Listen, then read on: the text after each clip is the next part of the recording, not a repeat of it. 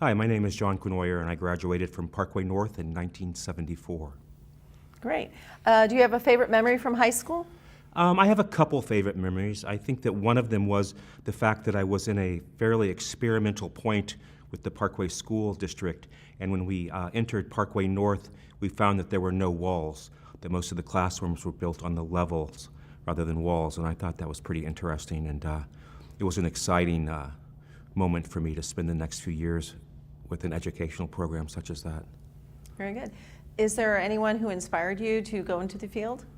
I have to say that I have four teachers that inspired me. I'll begin with grade school. Susan Boxerman, interesting enough, who was a docent at the St. Louis Art Museum, took me on my first trip to the St. Louis Art Museum in grade school.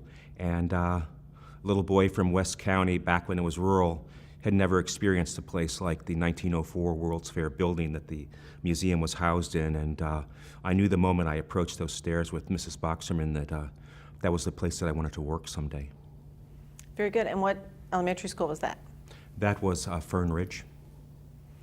And then as you went on to become an artist, how did those people inspire you? I have to say that when I entered Parkway North Junior High, I met my first art teacher that really pushed me over the top, and his name was Joe Binning.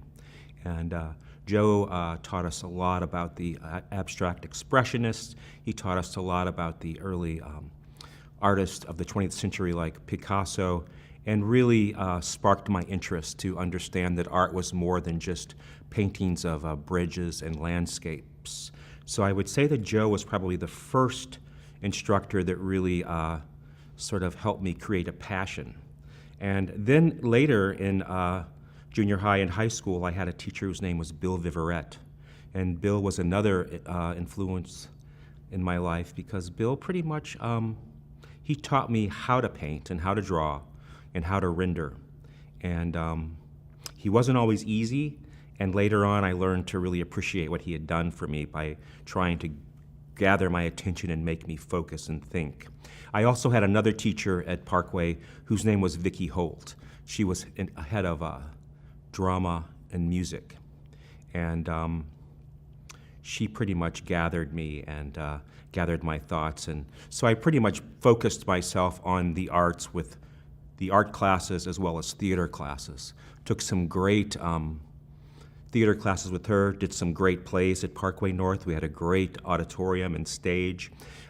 She influenced me enough that my first year out of high school, I actually was accepted to the Lee Strasberg Academy of Theater Arts in Los Angeles. And so I went out to LA for my first year and a half of college and studied method acting with some great instructors like Ernest Borgnine and Shelley Winters.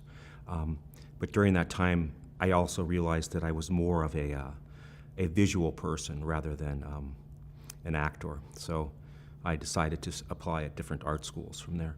But I have to say all four of those teachers really shaped and sort of formatted my, my path. What kind of advice would you give students currently in the school district to move forward and maybe follow in your footsteps and how they can do that? Well, of course, you know, the arts are complex and difficult, but I think that if you figure out what you're passionate about in the arts, whether it be music, literature, you know, painting, theater, I recommend that you dive head into it and find the things that interest you, find teachers that you can learn from, and spend all the time you can.